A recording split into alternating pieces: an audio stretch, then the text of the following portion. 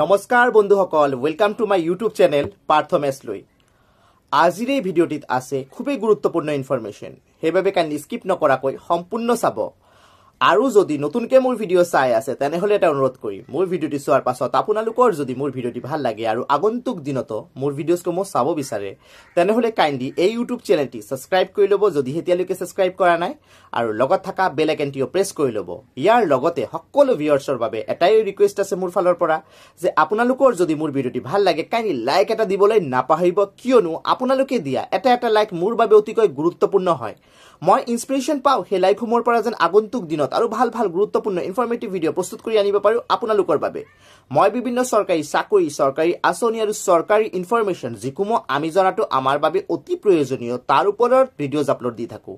সেইবাবে মোৰ ভিডিঅ'জসমূহ kindly regularly চাব আৰু তাৰ লগতে বিভিন্ন ছ'চিয়েল মিডিয়া প্লেটফৰ্ম যেনে ফেচবুক, হোৱাটছআপ, ইনষ্টাগ্ৰাম আদিতে শ্বেয়াৰ কৰি দিব যেন মেক্সিমাম মানুহ তাত ইনফৰমেশ্যনসমূহ গৈ পায়।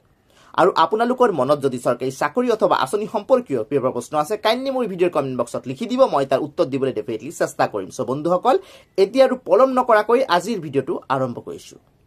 চ' বন্ধুসকল, অৰুণোদয় আঁচনিৰ ফৰ্ম ফিল আপ আপোনালোকে কৰিব লাগিব। যিসকলে বৰ্তমান অৰুণোদয় আঁচনি লাভ কৰি আছে আৰু যিসকলে নতুনকৈ লাভ কৰিব বিচাৰিছে, পূৰ্বে কেতিয়াও লাভ কৰা নাছিল, সকলোৱে ফৰ্ম ফিল আপ কৰিব লাগিব।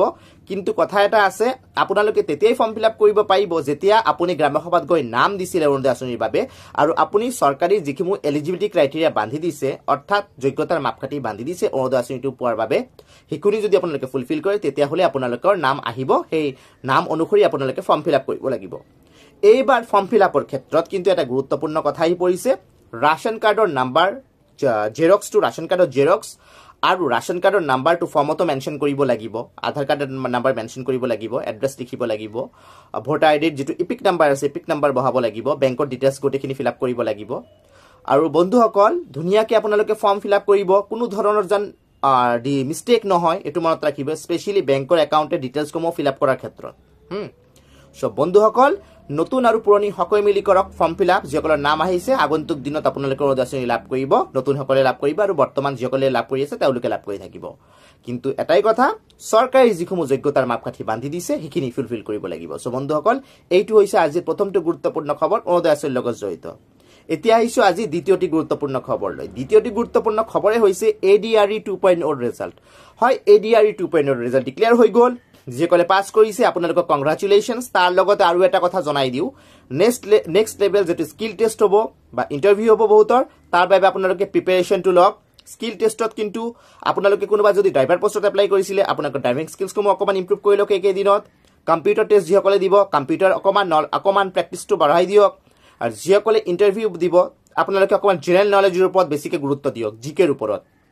চ' বন্ধুসকল, এই যিখিনি কথা উল্লেখ কৰিলোঁ আপোনালোকে অকণমান চাব।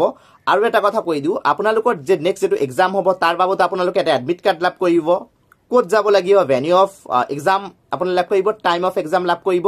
আপোনালোকে মনত ৰাখিব, এইটো এক্সামে কিন্তু লাষ্ট এক্সাম নাছিল। নেক্সট লেভেল এক্সামটো কোৱালিফাই কৰাৰ পাছতহে আপোনালোকে ফাইনেল ৰিজাল্ট লাভ কৰিব, ফাইনেলি চাকৰিটো লাভ কৰিব।